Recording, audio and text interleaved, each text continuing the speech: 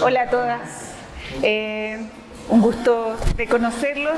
Primero me presento para quienes no me conocen. Soy Rosa Chandía Jaure, soy arquitecta, la directora del Programa de Innovación y Transferencia en Arquitectura y Territorio de la UTEM. Y también he estado detrás de los proyectos por los cuales fuimos convocados a trabajar colaborativamente con ustedes, que son las iniciativas de aguas de barrio, que comenzaron para nosotros más o menos en el 2017, y ahí hemos ido acumulando experiencias y conocimientos de la inclusión, de la participación para tomar decisiones sobre el diseño urbano sensible al agua, que es de lo que vamos a hablar hoy día. Un poco contextualizándolos, también les voy a presentar a los que están por aquí alrededor. Aquí veo a Carlos Bustamante, él es profesor, va a estar a cargo de la sesión de mañana en temas de microclimas. Por allá está la Daniela Godoy, que es la directora del Departamento de Planificación y Ordenamiento Territorial, y también es la especialista en temas de participación ciudadana. Y nos acompañan tres ayudantes que por ahí andan dando vueltas. Está Francisco, que viene con el pendón. Francisco. Acá en la cámara está Carlos Aracena, y el otro que viene acá es Carlos Bustamante, que es nuestro ayudante más antiguo, que está trabajando con nosotros en Aguas de Barrio desde hace muchísimo tiempo. Les doy la bienvenida y un poco también contarles de qué se trata esta actividad en el marco de la colaboración que vamos a empezar a realizar con la Municipalidad de Cerrillo. Fuimos convocados a trabajar colaborativamente para poder apoyarles en decisiones que tengan que ver con el diseño urbano sensible al agua, tratando de aportar nuestra experiencia y conocimiento tanto a vecinos y vecinas que viven en la comuna de Cerrillo, como también al personal técnico municipal, para poder mejorar ciertas competencias que tienen que ver con ecología urbana y con estrategias de diseño que apuntan a enfrentar desde una perspectiva distinta la problemática enorme que estamos viviendo, que se vincula a la escasez hídrica y al cambio climático, y cómo las ciudades se tienen que preparar y tienen que ser pensadas o repensadas desde una lógica distinta de la cual históricamente aquí en Chile han sido concebidas. Entonces vamos a hacer estas sesiones. Estos son 4 talleres de capacitación que vamos a realizar. Hoy día es el primero, mañana es el segundo, y la próxima semana, martes y miércoles, son el tercero y el cuarto. La idea es que no se pierdan ninguno, porque los tenemos súper pensados, temáticamente son súper diferentes uno del otro, y además que tenemos 2 ganchos. El primero es que quienes registren su asistencia en las 4 sesiones, desde la universidad les vamos a entregar un diploma de haber realizado el curso, y por lo tanto hay una competencia que es buena tenerla como una garantía. Y la segunda, que para nosotros es la más valiosa, es que nosotros estamos empezando ahora una colaboración con Cerrillos que la vamos a continuar en el 2023. Y estamos apuntando a que a partir del trabajo que realicemos colaborativamente en este taller, podamos efectivamente armar un grupo que pueda continuar trabajando con nosotros, ayudándonos y haciéndose responsable de la toma de decisiones para poder definir estrategias de intervención y llegar a desarrollar un prototipo de recuperación de plazoletas, de recuperación de aguas lluvias en algún lugar de Cerrillo. Eso en un trabajo participativo y colaborativo que haremos en el 2023, pero entonces el objetivo de este curso es tratar de unificar este lenguaje que nosotros decimos que es tan importante, de llegar a definir un lenguaje común para poder definir sobre qué línea vamos a estar trabajando, porque sabemos que las ciudades, los barrios tienen muchísimas capas de problemáticas, y nosotros vamos a hablar específicamente de un área muy acotada dentro de las problemáticas que tiene la ciudad. Bueno, habiéndome presentado y habiendo presentado al equipo, les cuento que vamos a hacer hoy día en la dinámica de hoy, y es la dinámica en general que van a tener los talleres. Vamos a hacer una primera parte que es de introducción, donde vamos a un poco plantear los conceptos, definir los problemas, y de ahí vamos a hacer una actividad que para eso, si se fijan ahí en el panel a la derecha de ustedes, están pegados nuestros árboles de problemas. Vamos a hacer una actividad participativa para poder llegar a algunos objetivos comunes. Y entre medio, entre el espacio en que yo termine la presentación y vayamos a trabajar en los árboles, pueden ahí comer unas galletitas, tomar juguito, agüita, lo que quieran para pasar el calor. Bueno, dicho eso, voy a presentarles. La sesión de hoy día se llama Infraestructura Verde Urbana, observar la cuenca hidrográfica en el territorio. Y un poco pregunta así muy general, ¿saben lo que es la infraestructura verde urbana? ¿Alguien, alguna noción? Por ahí, algo. Bueno, vamos a tratar de dilucidar, ojalá que al final de esta presentación lo tengamos un poquito más claro y si quieren hacer preguntas, obviamente las podemos aclarar para que podamos definir con mayor claridad los conceptos. La presentación está ordenada en estos 4 temas. Primero vamos a hablar de por qué el curso se llama Diseño Urbano Sensible al Agua. ¿Qué es el diseño sensible al agua? Después vamos a explicar un poco qué es la infraestructura verde urbana, la sigla es IVU, y cuál es el rol que ella tiene dentro de del territorio mayor, que es la cuenca hidrográfica, que es en el fondo el territorio hídrico que nos abastece en toda la región metropolitana, en este caso en la cuenca del Maipo. ¿Y por qué hablar de estos temas es importante en el contexto en el cual estamos hablando de crisis climática?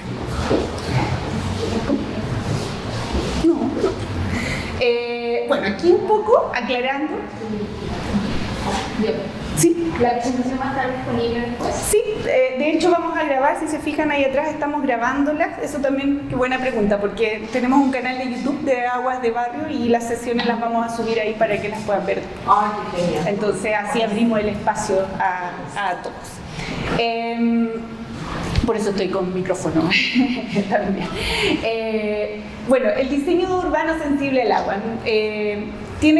podríamos decir que tiene estos 3 aspectos. Primero, se trata de una manera de pensar y de diseñar la ciudad, donde se pone en el centro principalmente el valor que tiene el agua en la ciudad. Específicamente se habla como jerárquicamente en realidad se habla del agua lluvia, del valor que tiene y cómo tradicionalmente, si ustedes miran, no sé, cómo son de hecho cuando se habla de aguas lluvia en la ciudad se habla de sistemas de evacuación de aguas lluvias, o sea, el agua lluvia es algo que nos molesta, algo que nos incomoda y que tenemos que evacuar. Cuanto más rápido lo saquemos mejor porque genera muchos conflictos. El diseño urbano sensible al agua le da un poco la vuelta a esa mirada y dice, momento, el agua lluvia viene desde el cielo, es un agua pura que se contamina en el momento en que toca el suelo. ¿Qué pasa si en lugar de considerarla como un residuo, la empezamos a considerar como un recurso valioso? ¿Y por qué la tenemos que evacuar si en realidad la podemos infiltrar? ¿Y qué sería infiltrar? Sería tomar esa agua y mejorar la permeabilidad del suelo, mejorar las condiciones para que esa agua no tenga que desplazarse de un punto al otro, sino que baje y permita llenar las napas freáticas, recargar los acuíferos y un poco desestresar el sistema, no el sistema hidrográfico general, no el punto donde yo tengo mi área verde o mi espacio donde estoy recuperando el agua, sino que en realidad pensándola desde una lógica como sistémica, desde la totalidad. Si yo recupero el agua en un punto, quizás yo no me voy a ver directamente beneficiado, pero la agricultura que está a unos cuantos kilómetros más abajo, que utiliza esa agua de riego, sí se va a ver beneficiada. Y en el fondo esa agricultura es la que me abastece de vuelta en el supermercado cuando yo voy y compro las verduras. Entonces es pensar desde una lógica más amplia. Y otra cualidad que tiene el diseño urbano sensible al agua, bueno, comentar también en términos conceptuales que este es un concepto que viene de Australia, viene de la sigla Water Sensitive Urban Design, WSUD. Y partió en el año 96 más o menos en Australia, empezaron a desarrollar este concepto. Y además de estos aspectos que son esenciales, que considera el agua como un recurso, no como un residuo, y además tiene unos valores adicionales, que reconoce su entorno local, reconoce los sistemas ecológicos dominantes y en el fondo plantea una estructura que presta múltiples beneficios. O sea, no solamente ahorramos agua, sino que también favorecemos la biodiversidad, mejoramos los microclimas en las ciudades y por lo tanto con ese pack completo mejoramos también la calidad de vida de las personas, desde una lógica integrada con su entorno. Bueno, eso. Hay algunos lugares en el mundo donde se habla ya de ciudades sensibles al agua. O sea, Australia fue la primera, pero Israel también es un buen referente sobre estas ciudades que han creado plataformas de gestión y de planificación del territorio que son sensibles al agua y están apoyadas por tecnología, etc. Inglaterra, Reino Unido, en Estados Unidos también hay muchísimas ciudades que ya van muy en la delantera respecto de esto. Porque algunas se han visto enfrentadas al problema antes que nosotros. Por ejemplo, la Ciudad de México, Arizona, en Estados Unidos, hace muchísimos años que tienen un replanteo en la forma en que conciben las ciudades desde la escasez hídrica, desde el ambiente de desierto donde han tenido que vivir, y les ocurre exactamente lo mismo que nos ocurre a nosotros. Entonces, ¿qué es lo que nos ocurre a nosotros con el agua? Que básicamente tenemos muchísimos periodos tenemos una mega sequía que está desde el 2010 en adelante, que no ha dado tregua, estamos con unos déficits en general muy bajos, pero lo que ocurre como un fenómeno general es que llueve muy a lo lejos, y los días que llueve caen intensas precipitaciones. Si llueve un día, el suelo no está preparado, la ciudad no está preparada para recibir esa lluvia que llega un día, se inunda todo, luego se contamina esa agua, se evapora, o hay que evacuarla rápidamente a través de bombas, y luego volvemos a tener un extenso periodo de una sequía larga de meses sin lluvia. Entonces, esa dinámica es la que la ciudad actual no da respuesta, no da una respuesta adecuada a ese fenómeno que ya se repite. Y si a eso además le agregamos la mega sequía que ahora estamos viviendo, el problema se incrementa. Entonces, bueno, sabemos que esto de la sequía no es broma. En el fondo, actualmente, a octubre del 2022, hay 22 comunas que tienen decretado el decreto de escasez hídrica. Eso significa que se prioriza el consumo humano por sobre cualquier otro tipo de consumo. Por lo tanto, se pueden modificar los derechos de agua que tienen presentes algunas localidades para privilegiar el consumo humano por sobre otras cosas. Claro, eso da respuesta al problema inmediato, pero a largo plazo genera un problema enorme, porque en el fondo dejamos de jerarquizar la prioridad del espacio público, por ejemplo, la agricultura que no sea de sobrevivencia, en un caso más grave, y en el fondo a largo plazo podemos ir degradando más nuestros ecosistemas a partir de esta problemática. Pero es una medida de emergencia. Y sobre esto mismo también existe ese fantasma, está decretado, en el fondo ya está normado el hecho de que si el caudal de los ríos baja en el próximo año, el riesgo de racionalizar la cantidad de agua que tenemos en la ciudad sigue ahí presente. O sea, no porque haya llovido un poco más en este año 2022, significa que estamos libres del problema. El problema sigue estando presente y el riesgo sigue existiendo. ¿Esas 22 comunas tienen alguna distribución geográfica particular? Al principio eran las de la periferia, primero fueron las comunas agrícolas, pero hoy en día son, no sé, Quinta Normal, hay comunas que son del centro que tienen decreto de escasez hídrica. Las de Lo Barnechea, toda la zona alta, todas las comunas de la zona alta, Lo Barnechea, Vitacura, Las Condes, están con decreto de escasez hídrica. Y entonces, bueno, al principio era solamente, por ejemplo, San Pedro, de las comunas Melipilla, Tiltil, todas las como de las afueras, pero esto ha ido creciendo. Si miramos como los índices un poco, estos gráficos lo que muestran es en el año 2022, esta línea representa el año pasado, y la de color negro representa un año normal. Y miren dónde está el año normal, o sea, está lejísimo en cuanto a los índices de precipitaciones que deberíamos tener.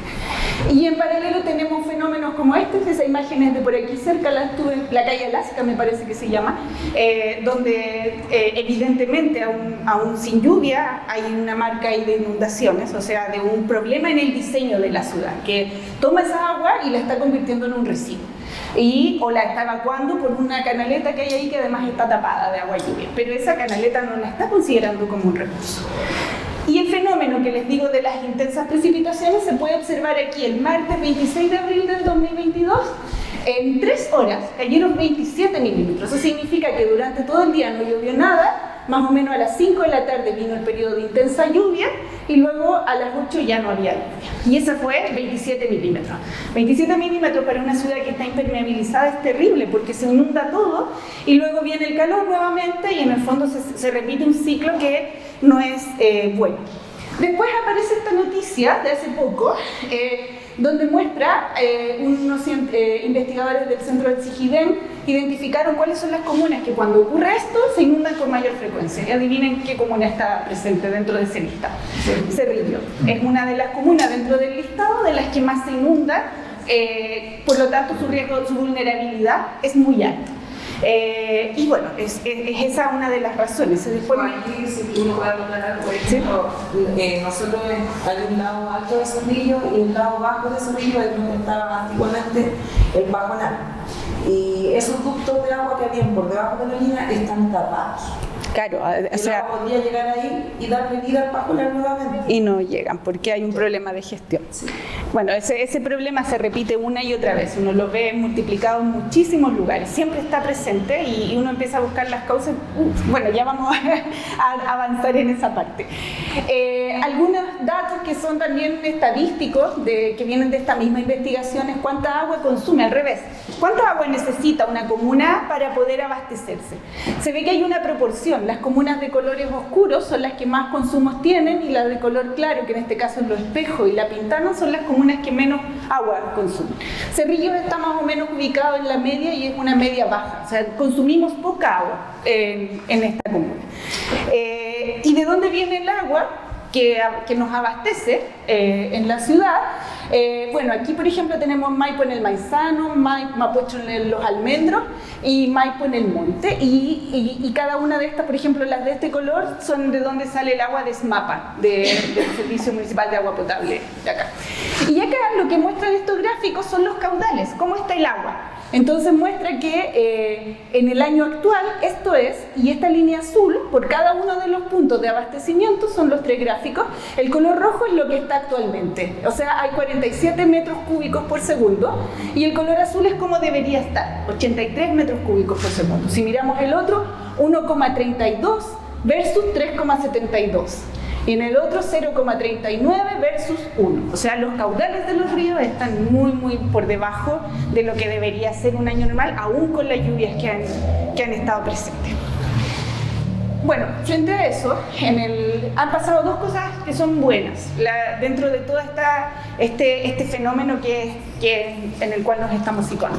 El primero es que en el 2021 se promulgó la Ley Marco de Cambio Climático y es una ley que va a incentivar a que todos los instrumentos normativos hacia abajo empiecen a hablar de adaptación al cambio climático, de mitigación de los daños y de transformación, de favorecer la biodiversidad, de favorecer, por ejemplo, soluciones basadas en la naturaleza y de privilegiar la sensibilidad al entorno y al agua. Y además, en la cumbre, en el COP27, que recientemente terminó, salió el acuerdo global de empezar a hablar de seguridad hídrica, o sea, de empezar a generar acciones que nos lleven a mejorar la seguridad hídrica para no ponernos a las comunidades, a los barrios, en una situación de extrema vulnerabilidad como lo que ocurre actualmente. Bueno, y entonces en esa lógica de seguridad hídrica, me voy a cambiar por este lado. Si en esta lógica de seguridad hídrica es interesante entender cuál es nuestro territorio del agua. Entonces nosotros creemos que esto es muy importante ponerlo en valor y muchas veces nosotros tendemos a creer que estamos hablando de comunas y hablamos de los lugares con los límites geopolíticos, los límites de la comuna. O sea, y a veces se vuelve un poco absurdo, como por ejemplo lo que ocurre con el territorio del Pajonal, que está dividido entre 2 comunas, pero comunidad territorial es una sola, solo que está dividido políticamente entre Maipú y Cerrillo. Es una línea, pero no es una línea geográfica, no es una línea del agua ni una línea del cerro que marque esa división. Y la división política en Chile es así, tiene otros patrones, no hay división por unidades de cuenca. Y este es nuestro territorio real, que es el territorio desde los puntos más altos de las montañas hasta el punto más bajo en el extremo de allá donde desemboca en el mar. Y estas manchas que están aquí son la cuenca del río Maipo. que tiene sus subcuencas, por ejemplo está Mapocho Bajo, Mapocho Alto, Río Maipo Alto, Río Maipo Medio y Río Maipo Bajo. Son los colores que aparecen diferenciados aquí. Y ahí en ese sector nosotros estamos metidos, y ahí dentro de esto está la ciudad de Santiago y la región metropolitana. Entonces, claro, mirarlo así, es decir, bueno, el agua que me llega, lo que me ocurre aquí en Cerrillos, algo tiene que ver con lo que está pasando en Lo Barnechea. ¿Por qué? Porque el agua viene de donde mismo y traslada muchas distancias, pero las unidades están conectadas. Entonces ahí, en esa perspectiva, es cuando el diseño sensible al agua nos surge como una oportunidad. ¿Por qué? Porque básicamente nos hace pensar que el territorio lo podemos mirar en múltiples escalas. O sea, podemos mirar ese territorio enorme de la cuenca hidrográfica, pero también podemos mirar una pequeña intervención de 60 metros cuadrados que lo que hace es recuperar la infiltración para recargar los acuíferos subterráneos de esa tremenda cuenca hidrográfica. Entonces, nosotros apuntamos a desarrollar estrategias para poder potenciar este tipo de intervenciones, que son más pequeñas, que son acotadas y que además se vinculan muchísimo con los vecinos, las vecinas de los lugares donde se hacen estas intervenciones. Y de ahí, bueno, empalmando esto, viene la pregunta que les había hecho, ¿no? ¿Qué es la infraestructura verde urbana entonces? Entonces la infraestructura verde urbana habla de la importancia que, bueno, primero se dice que es infraestructura verde en respuesta a la infraestructura gris, donde la infraestructura gris sería todo aquello que nos da soporte en la ciudad, las carreteras, las telecomunicaciones, la red de alcantarillado, todo esto que tiene que ver con la ingeniería. Entonces, como respuesta aparece la infraestructura verde como una posibilidad, donde decimos, bueno, en realidad todo este soporte también nos ayuda a la ciudad. Y nos permite pensar en esa unidad de cuenca como un territorio común. Y aquí hay un mapa, una imagen objetivo del plan de infraestructura verde para la región metropolitana, que lo está desarrollando gente de la Universidad de Chile, y que muestra lo que hace que es la misma región metropolitana, pero lo que ha marcado son los lugares que son valiosos o que tienen potencial de ser valiosos. Entonces reconoce, por ejemplo, el valor que tienen los cerros islas, los cordones montañosos, los canales de riego, los zanjones, los cursos de agua en general, que son lugares que tienen potencial de convertirse en corredores para propiciar unas redes ecológicas interesantes. Nosotros estamos aquí en Cerrillo ubicados más o menos en esta zona dentro de ese plan, y aquí claramente tenemos algunos valores que son súper interesantes, que vale la pena mirarlos desde esa perspectiva.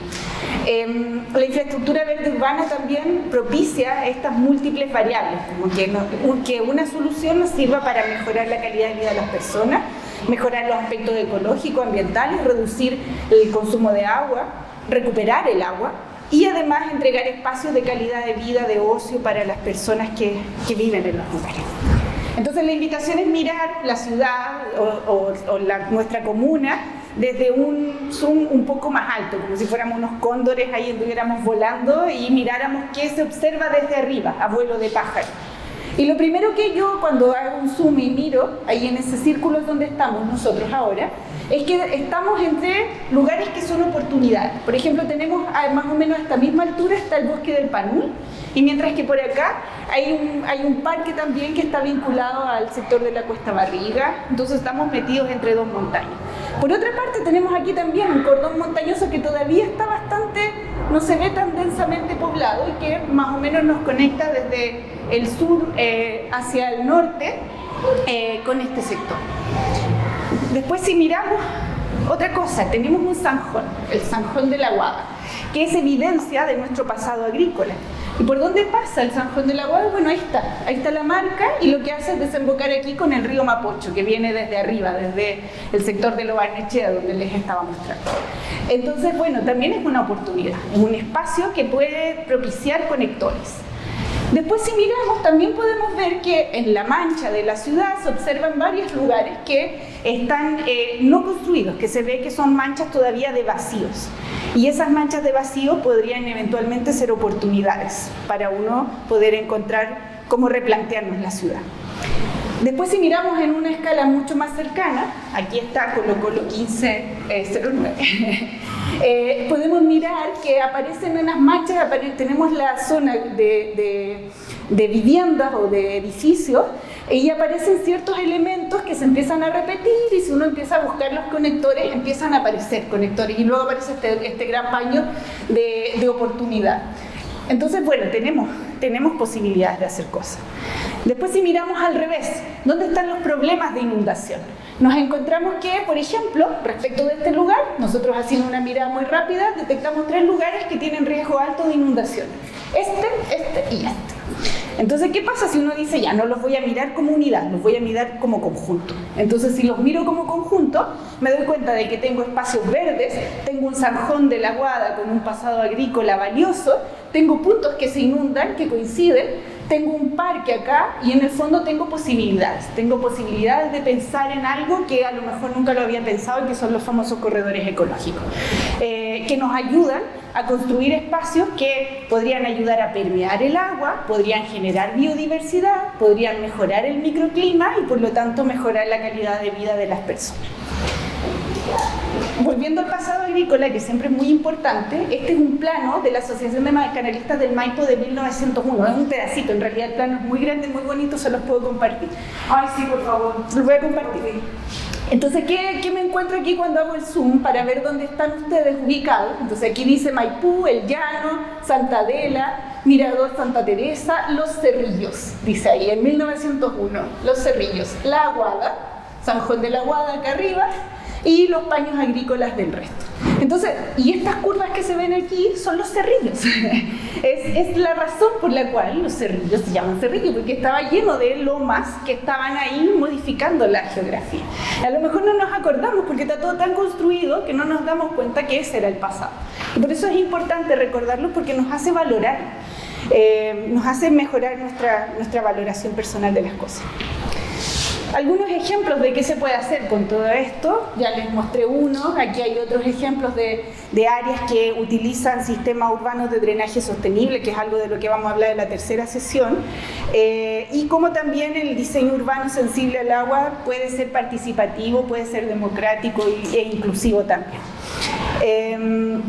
Desde la lógica del agua, entonces, mirando un poco qué es lo que ocurre con la infraestructura verde urbana, en el fondo estos círculos que se ven aquí son todos los lugares que los sistemas de infraestructura verde urbana reconocen como espacios de oportunidad, donde uno puede hacer cosas. Entonces, por ejemplo, si se fijan, están los parques, los jardines, canchas, cementerios, humedales, bosques, quebradas, huertos urbanos, franjas de alta tensión, corredores del transporte, franjas de trenes, calles arboladas. O sea, todo ese sistema en distintas escalas nos puede ayudar a construir nuestra propia red de infraestructura verde urbana, que va a prestar este soporte para ese diseño sensible desde la lógica del agua. Un poco ya cerrando y en síntesis, o sea, les estaba preguntando al comienzo qué es el diseño sensible al agua. Es pensar desde que el agua es un recurso valioso y que si nos sensibilizamos frente a ella, nos sensibilizamos frente al entorno también. La infraestructura verde urbana colabora con el diseño urbano sensible al agua. La cuenca del Maipo es parte del insumo que tenemos que generar el conocimiento, y desde aprender nosotros mismos e involucrarnos sí que podemos hacer nuestras propias contribuciones. Algunas particularidades: cada lugar tiene su propia lógica, o sea, por lo tanto tenemos que entender, no hay una solución estándar que uno pueda implementar. Hay que entender el lugar, entender a las comunidades y entregar una respuesta frente a esa problemática local. Hay algunos tips que son claves, por ejemplo, que el agua se mueve de arriba hacia abajo y eso no va a cambiar nunca. Entonces, algo que parece tan evidente se nos olvida. Entonces, a veces queremos hacer proyectos para poder irrigar un parque, pero lo estamos poniendo contra curva de nivel. Entonces, necesitaríamos una bomba para subir el agua. Entonces, acordarse que la gravedad manda, que el suelo también manda. Si en la calidad del suelo tenemos que entender nuestros suelos para saber si son permeables o no, si son de gredas o son más bien arenosos o son de gravillas. La calidad del agua también tenemos que preocuparnos de cómo la infiltramos, cómo mejoramos esos elementos y cómo podemos, a partir de un diseño, multiplicar valores.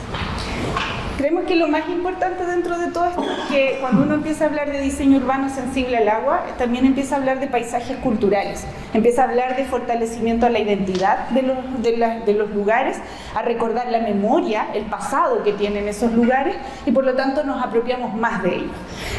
Cuando trabajamos colaborativamente, para nosotros es muy importante que participen vecinos, vecinas y los actores técnicos municipales, porque nos gusta muchísimo unificar lenguajes, para que veamos que en resumen estamos todos como por las mismas causas. Es muy interesante eso. Bueno, y ahí, si nos quieren seguir, tenemos un Instagram en Aguas de Barrio y ahí una imagen que encontré muy bonita de algún momento del humedal El Pajonal en primavera para repensar en estas cosas. Ah, sí. No sé si tienen alguna pregunta, algún comentario. Por ejemplo, cuando usted habla de recuperar espacio a través del agua para también recuperar el agua y recuperar biodiversidad, por ejemplo, el que hayan canalizado las aguas del Sajón, a lo mejor podrían haber canalizado, no sé, por los lados, pero no por abajo, porque así no se perma el agua por la tierra tampoco. Sí. Porque va por encima, a lo mejor se perma, pero en menor cantidad. Claro. Esas reflexiones son súper interesantes, son de las que vamos a hablar en la actividad que vamos a hacer ahora, pero es súper interesante, porque efectivamente abordar los canales de riego en las ciudades tiene como un antes y un después. Hay una lógica que es mucho más ingenieril, y es que resolvamos la función del canal de trasladar agua del punto A al punto B. Pero resulta que un canal de riego en la agricultura tiene muchas más funciones, y una de ellas es irrigar, es infiltrar. O sea, además de que traslada el agua de un punto al otro, ese concepto de pérdida de agua en realidad no es pérdida, sino que es favorecer la infiltración, por lo tanto mejorar los ecosistemas. Por lo tanto, el peor error que el diseño convencional ha cometido en las ciudades es impermeabilizar los canales, entubarlos, esconderlos y quitar de la memoria también eso que es tan importante. Entonces, en una lógica nueva, uno debiera decir, bueno, los canales de riego son espacios de oportunidad. Y esa oportunidad es de hacer un parque bonito que permee todo y que en el fondo le rinda honor a esa agua que está cruzando de un punto a otro. Eso es muy difícil, obviamente, porque requiere un cambio en nuestra forma de entender las cosas. ¿Sí? Sí, te preguntar por qué sigue pasando que canalizan los canales, porque, por ejemplo, yo también en Llovilla y como creo que está ocurriendo usted, y todo el canal que era de tierra ahora está canalizado, implica que el agua pasa mucho más rápido, se pueden ocurrir problemas incluso de inundación por esa rapidez. Sí. Y yo como que siento que el problema ya está planteado, ya se sabe que trae más desventajas que ventajas, pero aún así se sigue haciendo. Entonces, falta mucho, yo desde mi perspectiva creo que nos falta mucha sensibilización, o sea, por eso el diseño sensible al agua. Se resuelve el problema desde la lógica por dos cosas. La inversión, es mucho más fácil financiar una inversión que no hay que mantener, reducir el costo de mantención.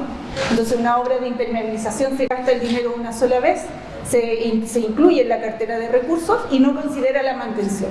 Todas las obras que son más desde la lógica naturalizada necesitan el concepto de mantención, por lo tanto necesitan personas detrás. Y eso a veces es difícil en el financiamiento público, es muy difícil de manejar.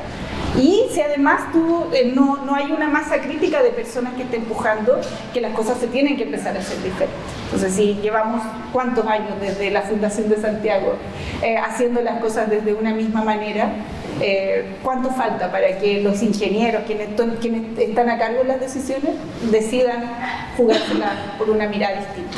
No, y la gente por eso la pequeña escala es buena.